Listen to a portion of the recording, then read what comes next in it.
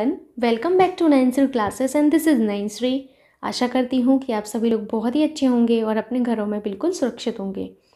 आज के इस वीडियो में हम सीडीपी में प्याजे, वाइगोत्स्की एंड कोहलबर्ग की प्रैक्टिस करने वाले हैं। क्वेश्चन नंबर 1 से 12 तक की जो क्वेश्चन थे वो मैं इससे पिछला जो वीडियो था उसमें आपको सॉल्व करवा चुकी हूँ। आज हमें यहाँ पर क्वेश्चन सॉल्व करने हैं उसके आगे से।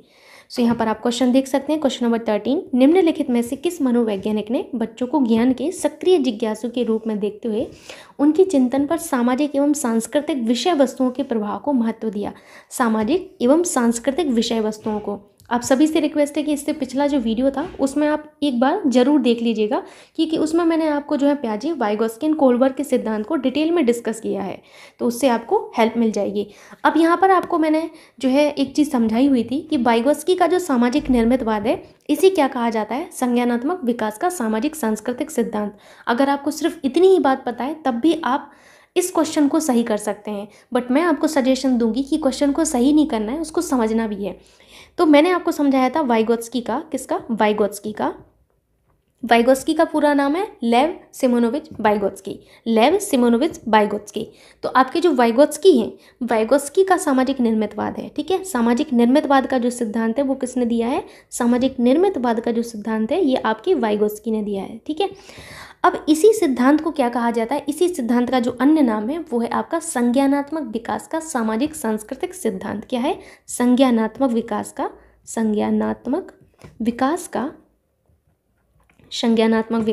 सामाजिक सांस्कृतिक सिद्धांत, ठीक है। सामाजिक सांस्कृतिक सिद्धांत, ठीक। तो आपको सबसे पहले ये समझना है सामाजिक निर्मितवाद का मतलब क्या है। दो टर्म आपके लिए समझना बहुत ज़रूरी है। एक तो ये सामाजिक निर्मितवाद, दूसरा इसको सामाजिक सांस्कृतिक सिद्धांत क्यों कहा गया। अगर मैं सामाजिक निर्मितवाद की कहूँ तो ये जो निर्मितवाद शब्द है ये आपके प्याजे के द्वारा बताया गया इसको कि निर्मितवाद क्या है। इन्होंने बताया है कि वह विचार जिसमें आपका जो है बच्चा अपने ज्ञान का निर्माण स्वयं करता है, वह विचार जिसमें बच्चा जो है अपने ज्ञान का निर्माण स्वयं करता है। क्या करता है? अपने ज्ञान का निर्माण स्वयं करता है, उसे इन्होंने निर्मितवाद कहा। किसने? प्याजे ने। अब सामाजिक निर्मितवाद क्या है? तो सामाजिक निर्मितवाद को वाइगोत्स्की ने डिफाइन किया। इन्होंने कहा है कि बच्चा जो है सोशल इंटरेक्शन करता है, क्योंकि बच्चे का भी समाज होता है, वो अपने समाज के लोगों से बातचीत करता है। तो सोशल इंटरेक्शन के दौरान, किसके दौरान? सोशल इंटरेक्शन के दौरान बच्चा जो है सोच प्राप्त करता है। सोचने विचारने की जो क्षमता विकसित होती है, यानी बालक सामाजिक अंतःक्रियाओं के दौरान अपने जो आपकी संज्ञानात्मक क्षमता है इसको प्राप्त करता है। किसको? संज्ञानात्मक क्षमता को प्राप्त करता है। संज्ञानात्मक क्षमता का मतलब आप समझ रहे हैं ना? संज्ञानात्मक क्षमता का मतलब होता है बुद्धि से किया गया कार्य। क्या? बुद्धि से किया गया कार्य, से किया गया कार्य। देखिए एक एक टर्म आपके लिए कितने ज़्यादा महत्वपूर्ण है। मैं गारंटी के साथ कह सकती हूँ कि ये जो आप प्रैक्टिस कर रहे हैं ना केवल आपके सीटेट एग्ज़ाम के लिए बल्कि आगे आप जो भी एग्ज़ाम देने वाले हैं सभी में काम आएगी। तो प्लीज़ बी सीरियस। हाँ, मैंने कहा कि बच्चा सोशल इंटरेक्शन के दौरान बच्चा जो है क्या करता है? सोच प्राप्त करता है।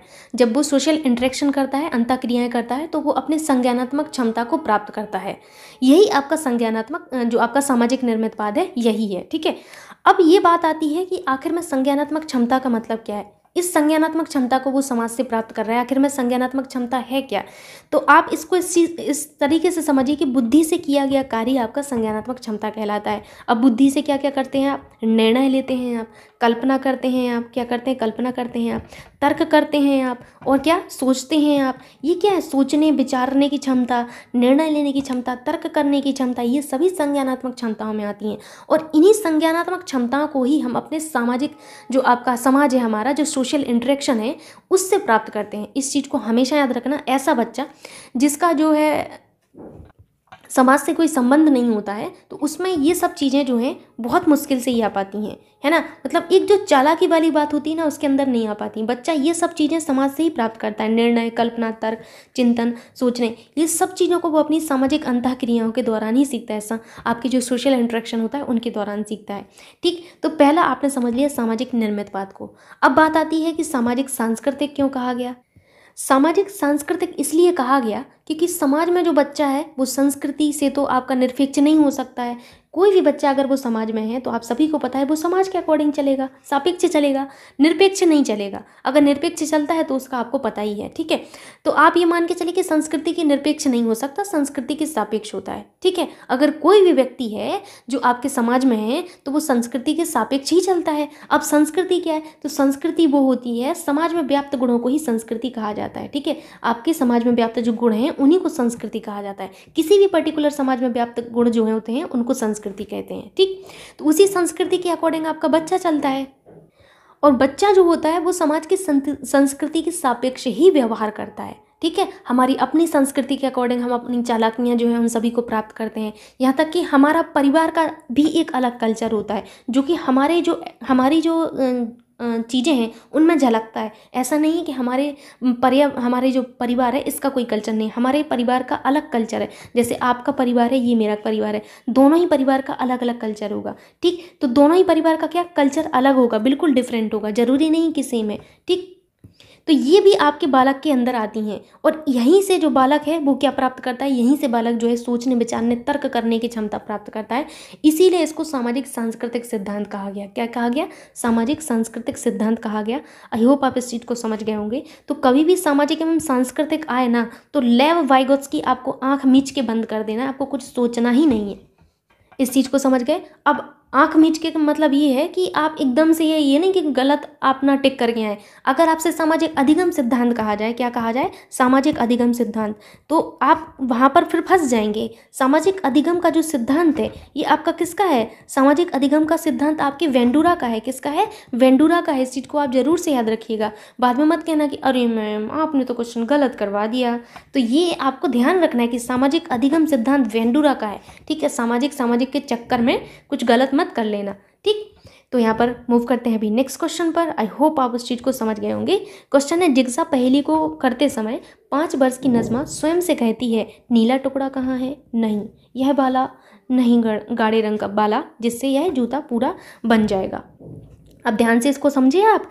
जिग्सा पहेली को करते समय आपकी 5 वर्ष की नजमा एक बच्ची है, वो स्वयं से कहती है, नीला टुकड़ा कहाँ है, नहीं यह बाला, नहीं गाढ़े रंग वाला ना जिससे यह जूता पूरा बन जाएगा। ऐसे वो बच्ची अपने आप में कहती है, ठीक है।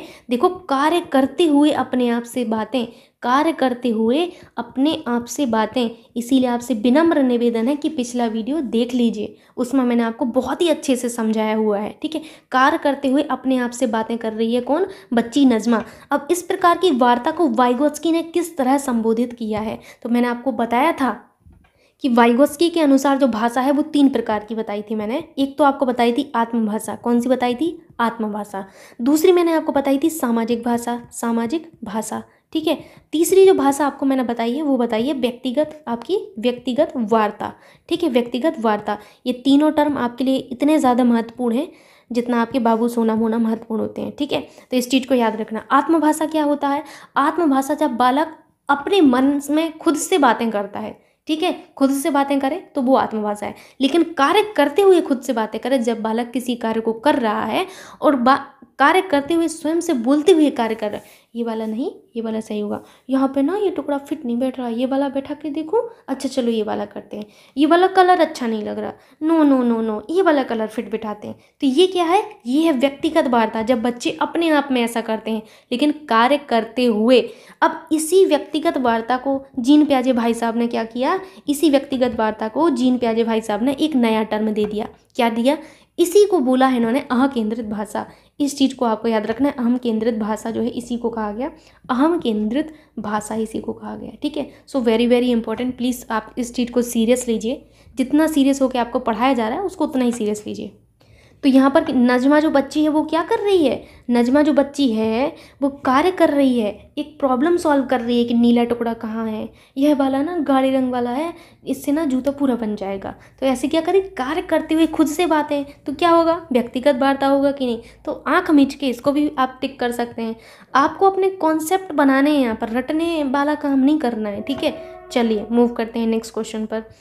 अगला है, बच्चों को संकेत देना तथा आवश्यकता पड़ने पर सहयोग प्रदान करना निम्नलिखित में से किसका उदाहरण है। अब बताइए, ये कितना सिंपल सा क्वेश्चन हो गया आपके लिए। प्रबलन होगा नेवर, मॉडलिंग होगा नेवर, अनुबंधन नेवर, पाड़ या ढांचा।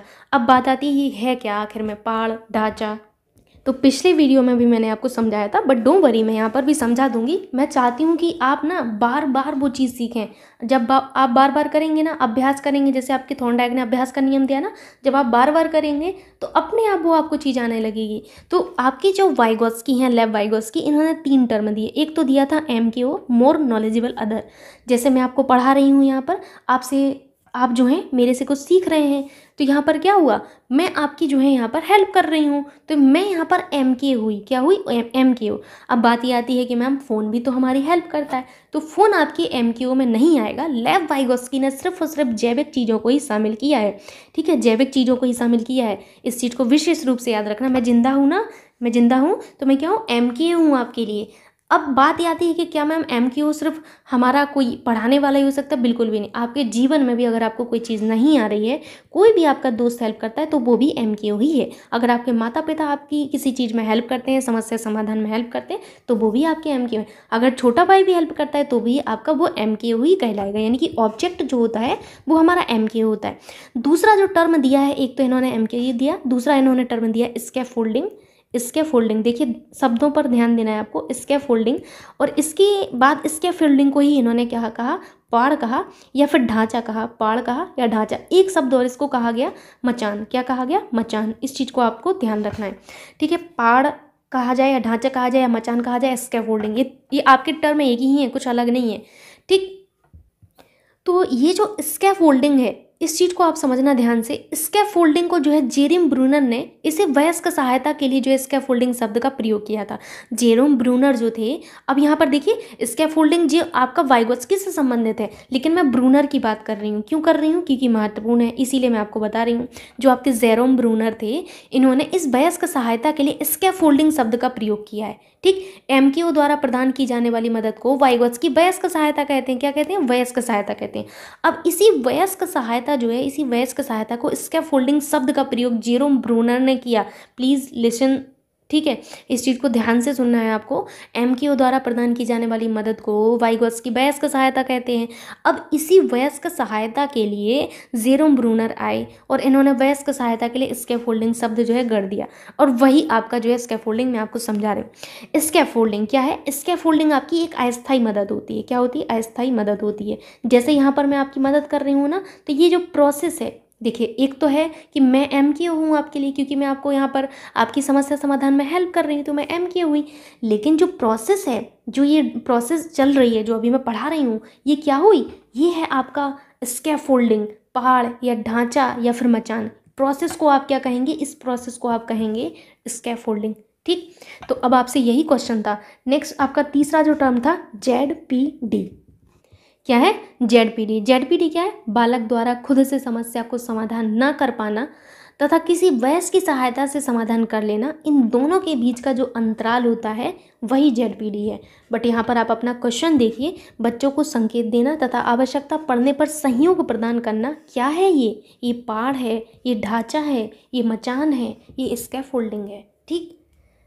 अब आप समझ गए होंगे, इतना एक्सप्लेनेशन की आवश्यकता तो नहीं थी, बट कोई नहीं, चलते हैं नेक्स्ट क्वेश्चन पे। निम्नलिखित व्यवहारों में से कौन सी जीन पियाजे के द्वारा प्रस्तावित मूर्त संक्रियात्मक अवस्था को विशेषित करता है? तो पिछले वीडियो में भी मैंने बताया था, आपकी जो मूर्त संक्रियात्मक अवस्था है, इसकी बात की जा रही है। चूँकि आप सभी को पता है कि बच्चों को संज्ञानात्मक विकास के दौरान कई अवस्थाओं से होकर गुजरना पड़ता है। इसी अवस्था को जो है आपका डिस्क्राइब किया है आपकी किसने, पियाजे भाई साहब ने। इन्होंने 4 अवस्थाएं दी हैं। एक तो दिया है संवेदी गामक अवस्था, जन्म से 2 वर्ष। दूसरी दी है पूर्व संक्रिया अवस्था, 2 से 7 वर्ष। तीसरी दी है मूर्त संक्रिया अवस्था, 7 से 11 वर्ष। और अमूर्त संक्रिया अवस्था 11 से 15 वर्ष, जिसे औपचारिक संक्रिया अवस्था भी कहा गया। बात करते हैं मूर्त संक्रिया अवस्था की, तो ये जो है आपकी 7 से 11 वर्ष होती है। किससे, 7 से 11 वर्ष। बार बार बताने का उद्देश्य यही है क्योंकि ये आपसे इतनी बार पूछी जाती है ना। यकीन करिए, प्रीवियस ईयर क्वेश्चन पेपर उठा के देखिए तो आपको समझ लगेगा कि कितनी बार आपसे पूछी गई हैं। जो आपकी मूर्त संक्रिया अवस्था होती है, इसमें जो बालक होता है वो मूर्त चिंतन करता है। मूर्त चिंतन मतलब इस अवस्था में बालक जो है मूर्त वस्तुओं से सीखता है। मूर्त यानी कि जो दिखती हैं वो मूर्त वस्तुएं होती हैं, जिन्हें आप टच कर सकते हैं, जिन्हें आप महसूस कर सकते हैं, वो मूर्त होती हैं, ठीक है। और इस अवस्था में, मूर्त संक्रिय अवस्था में, ध्यान से सुनिएगा, जो ये प्रॉपर्टीज़ आपको बता रही हैं, जो विशेषताएं बता रही हैं, कोई आपको नहीं बताएगा। एक दो बता देगा कोई, लेकिन पूरी कोई नहीं बताएगा बार बार। सो प्लीज़ आप केयरफुल होकर इस चीज़ को सुनिए, आपके ही फ़ायदे के लिए है। फ्री में आपको जितनी चीज़ें मिल रही हैं आप उनका ना आनंद लीजिए, है ना। ठीक, तो मूर्त संक्रिय अवस्था में ना बालक के चिंतन व तर्क में क्रमबद्धता आ जाती है। सीक्वेंस जो होता है, क्रमबद्धता जो होती है वो आ जाती है, लेकिन इससे पहले उसके चिंतन में, उसके तर्क जो होते हैं उनमें क्रमबद्धता नहीं होती। इस चीज़ को याद रखना। साथ ही साथ इस अवस्था में बालक को जो है संख्याओं का पूर्ण बोध हो जाता है। किसका? संख्याओं का। ये क्या बात हुई मैम, संख्याओं का पूर्ण बोध? संख्याओं का पूर्ण बोध का मतलब है बालक ना दिन जानने लगता है, बालक ना समय जानने लगता है, बालक ना महीना भी बता सकता है, महीना जानने लगता है, बालक वजन बता सकता है, लंबाई चौड़ाई, इन सभी चीज़ों को बताने के लायक हो जाता है आपका जो बच्चा है वो। कब? 7 से 11 वर्ष में आपका मूर्त संक्रिय अवस्था पियाजे के द्वारा बताई गई है। ठीक, इसी अवस्था में बालक में जो है संरक्षण या तत्व का संरक्षण का गुण पाया जाता है। किसका? संरक्षण या तत्व का संरक्षण का गुण पाया जाता है। पलटावी गुण का विकास भी इसी अवस्था में होता है। बालक के विचार में जो है, उसकी जो विचार है उसमें भी क्रमबद्धता आ जाती है। ठीक है, आप लोग इस चीज़ को समझ गए। अब भाषा एवं संप्रेषण से संबंधित योग्यता का विकास भी हो जाता है। किसका? भाषा एवं संप्रेषण से संबंधित योग्यता का विकास भी हो जाता है, क्योंकि 7 से 11 वर्ष की अवस्था जो है आप सभी को पता है किस में कैलकुलेट होगी? शैशवावस्था। कब से कब तक होती है? 0 से 6 वर्ष। बाल्यावस्था कब से कब तक होती है? 6 से 12 वर्ष। ठीक है, किशोरावस्था कब से कब तक होती है? ये आपकी 12 से 18 वर्ष होती है ना। तो आपका बालक किस में आएगा? बाल्यावस्था में आएगा कि नहीं? देखिए 7 से 11 किस में आपका माना जाएगा? 7 से 11 वर्ष जो है आपका बाल्यावस्था में आएगा, बिकॉज बाल्यावस्था हमारी 6 से 12 वर्ष होती है कि नहीं। तो भाषा विकास के दृष्टिकोण से सबसे संवेदनशील जो अवस्था आपकी बताई गई है वो आपकी प्रारंभिक बाल्यावस्था है। प्लीज़ आप इन सब चीज़ों को अपनी कॉपी में नोट कर लीजिए। भाषा विकास की दृष्टि से सबसे संवेदनशील अवस्था कौन सी है? सबसे संवेदनशील अवस्था है प्रारंभिक बाल्यावस्था। क्या है? प्रारंभिक बाल्यावस्था। क्यों? क्योंकि यहाँ पर भाषा के प्रति अनुकरण जबरदस्त तरीके से विकसित होता है बच्चे में, वो अनुकरण के थ्रू समझता है। तो इसी को जो है आपका एक जो आपके मनोवैज्ञानिक थे स्किनर, ठीक है, स्किनर के अनुसार अनुकरण को सीखने का एक प्रभावशाली माध्यम भी बताया गया है। तो सोने पर सुहागा भी हो गया। तो इसी अवस्था में भाषा एवं संप्रेषण से संबंधित योग्यता का विकास हो जाता है। इस चीज़ को आप समझ गए होंगे अब, है ना। इतना आपको डिस्क्राइब कर दिया है, आसानी से आप ऑप्शन छाट सकते हैं। संरक्षण और कक्षा समावेशन इसमें आ जाता है। अगला यहाँ पर क्वेश्चन देखिए, आपसे क्या कह रहे हैं? बच्चों के संज्ञानात्मक विकास के संदर्भ में निम्नलिखित में से कौन सी पियाजे की संरचना है? स्कीमा, अवलोकन, अधिगम, अनुबंधन, प्रबलन। तो ये भी बहुत आसान है। स्कीमा की बात किसने की है? बच्चों के संज्ञानात्मक विकास के संदर्भ में पियाजे ने क्या बताया है? स्कीमा को समझाया है। किसको? स्कीमा को समझाया है। स्कीमा क्या है? जानकारी का पैटर्न। क्या है? जानकारी का पैटर्न ही स्कीमा कहलाता है। अब देखिए जानकारी का पैटर्न क्या हुआ मैम, ये तो मुझे नहीं आया समझ में। आइए समझाती हूँ मैं। जैसे अगर आपको मैं जो है हिंदी में वर्णमाला की बात करूँ तो आपको का से कबूतर सिखाया गया है। क्या क्या सिखाया गया है? का से कबूतर, खा से खरगोश सिखाया गया है। का से कबूतर, खा से खरगोश, ठीक है, खरगोश, ये सिखाया गया है आपको। कुछ लोगों को का से कमल भी सिखाया जा सकता है। क्या? का से कमल सिखाया जा सकता है। खा से खग सिखाया जाता है, ठीक है, सिखाया जा सकता है कि नहीं। तो ऐसे बच्चे जिनको का से कबूतर, खा से खरगोश सिखाया गया है तो इनकी जानकारी का पैटर्न ये हो गया। ऐसे बच्चे जिनको का से कमल, खा से खग सिखाया गया है, इनके लिए जानकारी का पैटर्न यही हो गया। तो ये जो जानकारी का पैटर्न है विद्यार्थियों, यही स्कीमा कहलाता है। क्या कहलाता है? यही स्कीमा कहलाता है। ठीक, समझ गए आप लोग। तो ये क्या है? बच्चों के संज्ञानात्मक विकास के संदर्भ में इनमें से कौन सी पियाजे की संरचना है? स्कीमा। ओके, अगला क्वेश्चन यहाँ पर देख लीजिए। अगला क्वेश्चन है आपसे कि नूर विद्यालय में अपना लंच बॉक्स लाना भूल गई तथा यह कहते हुए तान्या से अपना लंच साझा करने के लिए कहा, तुम्हें आज, आगे देखते हैं, तुम्हें आज, अभी आपको दिख रहा होगा, तुम्हें आज अपना लंच मेरे साथ साझा करना चाहिए क्योंकि कल मैंने तुम्हारे साथ अपना लंच साझा किया था। लॉरेंस कोलबर्ग के नैतिक विकास के सिद्धांतों के अनुरूप नूर का कथन डैश अभिविन्यास प्रारूप को डैश अवस्था पर दर्शाता है। देखिए अब इसके लिए आपको लॉरेंस कोलबर्ग का पूरा सिद्धांत समझना होगा, अदरवाइज आप बिल्कुल भी नहीं बता पाएंगे कि ये क्या चल रहा है। अब अगर ऐसी बात आई गई है तो लॉरेंस कोलबर्ग को भी यहाँ पर समझ लेते हैं। ठीक, ध्यान से समझना। लॉरेंस जो कोलबर्ग थे इन्होंने नैतिक विकास का सिद्धांत दिया है। क्या दिया है? नैतिक विकास का सिद्धांत आपका किसने दिया है? लॉरेंस कोहलबर्ग ने दिया है। ठीक, इन्होंने जो है आपकी कुछ यहाँ पर अवस्थाएं बताई हैं, उसमें आपको दो भागों में बांटा गया है। जैसे पूर्व परंपरागत जो स्तर है इसको 2 भागों में बांटा गया, फिर परंपरागत स्तर आता है, इसको 2 भागों में बांटा गया, फिर आता है उत्तर परंपरागत स्तर, इसको भी 2 भागों में बांटा गया है। तो इन्हीं को आपको समझना है। सबसे पहले मैं बात करूँ अगर पूर्व परंपरागत स्तर की, किसकी? पूर्व परंपरागत स्तर। पूर्व परंपरागत स्तर, ये जो पूर्व परंपरागत स्तर है ना, ये आपका 3 से 9 वर्ष आपका माना जाता है। ये आपको अलग अलग पुस्तकों में अलग अलग मिल सकता है। मैं इसको पहले ही आपको बता दूं कि आपको अलग अलग मिल सकता है, क्योंकि कोहलबर्ग ने ऐसी कुछ भी आपकी सटीक जानकारी नहीं दी है अब आपकी एज को लेकर। ठीक, लेकिन यही सबसे प्रमाणिक है आपका। ठीक, तो अगर आपको मेरे अकॉर्डिंग चलना है तो आप इसी को याद रख लीजिएगा। पूर्व परंपरागत स्तर को इन्होंने 2 भागों में बांटा। एक तो इन्होंने बताया दंड व आज्ञा पालन अवस्था। क्या बताया है? दंड व आज्ञा पालन अवस्था। ठीक है, ये जो अवस्था है 3 से 6 वर्ष इन्होंने बताई। उसके बाद दूसरी इन्होंने बताई अहं की नैतिकता। किसकी? अहं की नैतिकता। ठीक, ये बताया इन्होंने अहं की नैतिकता। इसकी जो इन्होंने टाइम बताया है ये आपका 6 से 9 वर्ष बताया है। ठीक है, इसी को लालच या पुरस्कार की नैतिकता भी कहा गया है। दूसरा इन्होंने जो स्तर बताया है, कौन सा? स्तर 2। मैं पेन का कलर चेंज करके लिखती हूँ ताकि आपको समझ लगे। स्तर 2, स्तर 2 में इन्होंने बताया परंपरागत स्तर। क्या बताया है? परंपरागत स्तर। परंपरागत स्तर, परंपरागत स्तर का जो समय है ये 9 से आपका 15 वर्ष बताया गया है। कब से कब तक? 9 से 15 वर्ष बताया गया है। इसको भी इन्होंने 2 भागों में बांटा है। कौन कौन सा? एक है इनकी प्रशंसा की अवस्था। कौन सी है? प्रशंसा की अवस्था। ये जो आपकी अवस्थाएं मैं लिख रही हूँ यहाँ पर आपके परीक्षा के दृष्टिकोण से बहुत इंपॉर्टेंट है। 9 से 12 वर्ष। ठीक, कई बार तो अवस्था ही पूछ लिया जाता है, निम्न में से कौन सी आपकी कोहलबर्ग की अवस्था नहीं है, तो नियम कानून की अवस्था भी इन्होंने बताया है। इसे आपका लॉ एंड ऑर्डर की नैतिकता भी कहा गया है, जो 12 से 15 वर्ष आपका बताया गया है। ठीक है, इसके बाद थर्ड की बात करूँ अगर मैं, तो यहाँ पर स्तर 3 इन्होंने क्या बताया है? स्तर 3 में इन्होंने बताया है उत्तर परंपरागत स्तर। क्या? उत्तर परंपरागत स्तर। उत्तर परंपरागत स्तर में इन्होंने क्या बताया है? इन्होंने 15 और इससे ऊपर की जो अवस्था है ये उत्तर परंपरागत स्तर में बताई है।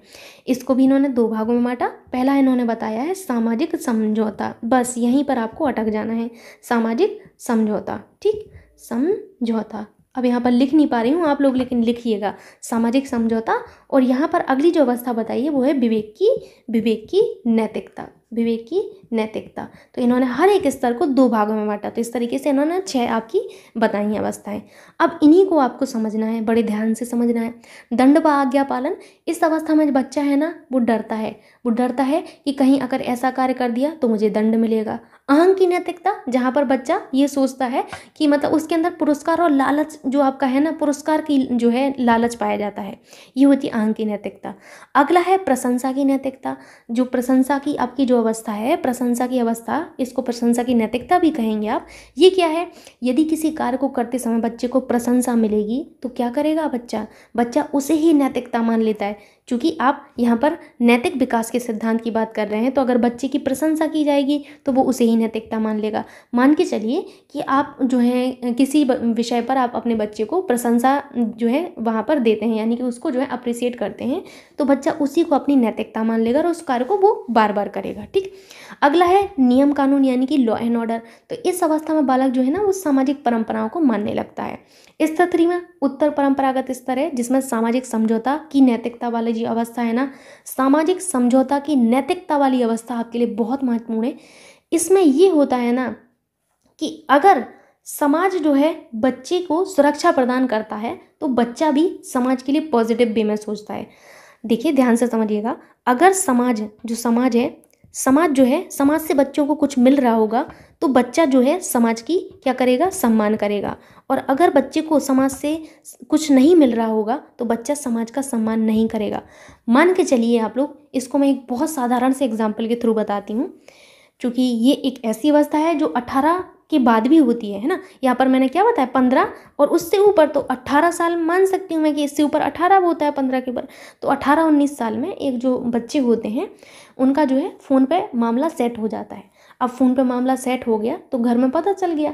अब जो घर में पता चल गया, आस पड़ोस को पता चल गया, तो आस पड़ोस जो है उसको, बच्चे को ताना मारेंगे, अरे देखो ये कितना गलत काम करता है, ये वो। अब यहाँ पर क्या हुआ, बच्चे को गुस्सा आएगी। क्यों आएगी? क्योंकि उसको समाज के लोगों ने ताना दिया सिर्फ इस बात पर क्योंकि उसका फ़ोन पे मामला फिक्स था।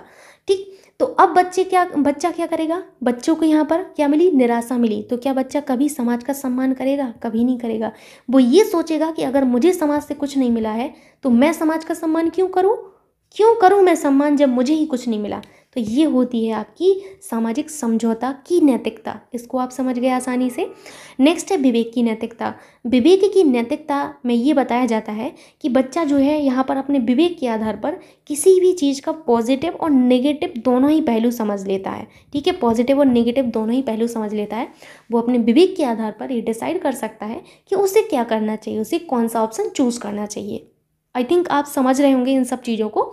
अब आप थोड़ा सा अपना जो है प्रश्न देखें, और यहाँ पर जो आपका दिया गया था आप आसानी से कर सकते हैं। क्या कहा गया आपसे कि नूर विद्यालय में अपना लंच बॉक्स लाना भूल गई। ठीक है, वो भूल ही गई। यह कहते हुए तान्या से उसका लंच साझा करने के लिए कहा, क्योंकि तुम्हें आज अपना लंच मेरे साथ साझा करना चाहिए। क्यों करना चाहिए? क्योंकि कल मैंने तुम्हारे साथ लंच साझा किया था। तो एक चीज़ बताइए, अभी मैंने समझाया है, वो आपको अपनी दोस्त से क्या कह रही है? कह रही कि तुम आज मेरे साथ लंच साझा करो क्योंकि कल मैंने तुम्हारे साथ लंच साझा किया था। तो ये क्या हुआ बताइए? तो यहाँ पर आपने देखा था अभी जो समझा है वही आपको अप्लाई करना है। तो ये क्या है? आदान प्रदान है। क्या है? आदान प्रदान है। लेकिन यहाँ पर मेरे हिसाब से उत्तर परंपरागत स्तर आना चाहिए, है ना? आना चाहिए कि नहीं आपके हिसाब से? लेकिन कोई ऑप्शन नहीं है तो डी को ही आपको मजबूरन टिक करना पड़ेगा। बाकी आपने अवस्थाएं समझ ली हैं तो आप समझ सकते हैं। वाइगोत्स्की के अनुसार जब एक वयस्क बच्चे के निष्पादन के वर्तमान स्तर को संयोग द्वारा विस्तारित करता है तो उसे क्या कहते हैं? वाइगोत्स्की के अनुसार जब वयस्क जो है, एक वयस्क बच्चे के निष्पादन के वर्तमान स्तर को संयोग द्वारा विस्तारित करता है तो इसे क्या कहते हैं? खोजपूर्ण अधिगम, समीपस्थ विकास का क्षेत्र, पाढ़्य ढांचा, अंतः व्यक्ति निष्ठा। तो देखिए, इसको मैंने आपको समझाया ना, जब एक वयस्क बच्चे के निष्पादन के वर्तमान स्तर की संयोग द्वारा प्रस्तावित होता है तो ये आपका पाढ़्य ढांचा कहलाता है ना। बार बार वही क्वेश्चन है, बस आपको लैंग्वेज चेंज करके दिया जा रहा है। जीन पियाजे के संज्ञानात्मक विकास के सिद्धांत के अनुसार परिकल्पित निगमनात्मक तर्क किस अवधि में विकसित होता है? तो परिकल्पित निगमनात्मक जो तर्क है ये अमूर्त संक्रिया अवस्था में विकसित होता है।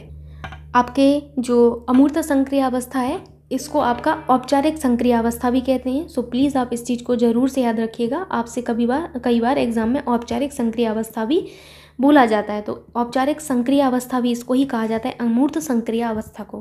ठीक, औपचारिक का मतलब आप लोग समझ रहे हैं ना? औपचारिक का मतलब है, इंग्लिश में आप फॉर्मल कहेंगे। फॉर्मल का मतलब क्या हुआ मैम? फॉर्मल का मतलब है जो नियमबद्ध और समयबद्ध हो, जहाँ पर आपके नियम कानून हो, वो होता है आपका औपचारिक। अगर मैं इसको शिक्षा के मामले में पूछूं तो जहाँ आपका जो है उद्देश्य हो, जहाँ योजना हो, पढ़ने पढ़ाने के लोग निर्धारित हों, शिक्षण पद्धति निर्धारित हो, तो वो औपचारिक शिक्षा में आएगा। ठीक, अगर मैं बात करूँ आपकी अमूर्त संक्रिया अवस्था की, तो इस अवस्था में बालक के विचार जो होते हैं इनमें तार्किकता का विकास होता है। किसका? तार्किकता का विकास हो जाता है। साथ ही साथ भाषा और संप्रेषण संबंधी योग्यता का पूर्ण रूप से विकास हो जाता है। इस अवस्था में जो बालक है ना, इसमें अपसारी या सृजनात्मक चिंतन, इसका भी विकास हो जाता है। बस यही समझना है आपको, अपसारी और कौन सा आपका सृजनात्मक चिंतन। ठीक है, अपसारी या सृजनात्मक चिंतन। आखिरी में ये है क्या? अपसारी या सृजनात्मक चिंतन। तो इसका विकास जो है आपके सभी लोगों में समान मात्रा में नहीं होता। ऐसा जरूरी नहीं है कि ये जो है आपके सभी बच्चों में समान मात्रा में हो, ये आपके बच्चों में अलग अलग मात्रा में ही होता है। सृजनात्मक चिंतन का जो विकास है वो बालक के अंदर 11 वर्ष से शुरू होता है। कब से? 11 वर्ष से, क्योंकि अमूर्त संक्रिया अवस्था का जो समय है वो 11 से 15 वर्ष माना गया है ना। तो आपकी जो ये सृजनात्मक चिंतन है इसका विकास 11 वर्ष से शुरू होता है। प्लीज़ इन सब चीज़ों को अपनी कॉपी में नोट कर लेना। सृजनात्मक चिंतन का विकास 11 वर्ष से शुरू हो जाता है। ठीक, और ये आपका चलता रहता है। ठीक है, अब सारी चिंतन का मतलब क्या होता है? इसका मतलब होता है आपका जहाँ पर किसी भी समस्या के समाधान के एक से ज़्यादा उपाय हों, एक से ज़्यादा आपके पास समस्या समाधान के जहाँ क्या है समाधान हो, तो ये आपका क्या होता है? अब सारी चिंतन। समझ गए? अभिसारी मतलब बिल्कुल जैसी प्रॉब्लम है उसका एक समाधान। इसको आप आसानी से समझ सकते हैं, कोई बड़ी बात नहीं। अपसारी यानी कि फैला हुआ यानी कि जिस समस्या के एक से ज़्यादा आपके जो हैं वो क्या कहते हैं समाधान हो। अब ये सिर्फ चिंतन की बात, ये सिर्फ क्वेश्चन की बात नहीं है कि कोई प्रॉब्लम होगी तभी। ऐसा चिंतन जो खुला हुआ चिंतन हो, मतलब जहाँ पर आपके मल्टीपल एस्पेक्ट शामिल किए गए हों, वो आपका अपसारी चिंतन होगा। ठीक, तो यही है आपका जो है परिकल्पित निगमनात्मक तर्क वाली अवस्था, अमूर्त संक्रिय अवस्था। और आज का मैं वीडियो यहीं तक का रखती हूँ, छोटा सा, बिकॉज थोड़ा सा आज जो है लाइट दिक्कत कर रही है। और हम मिलते हैं नेक्स्ट वीडियो में, तब तक के लिए बाय बाय, टेक केयर।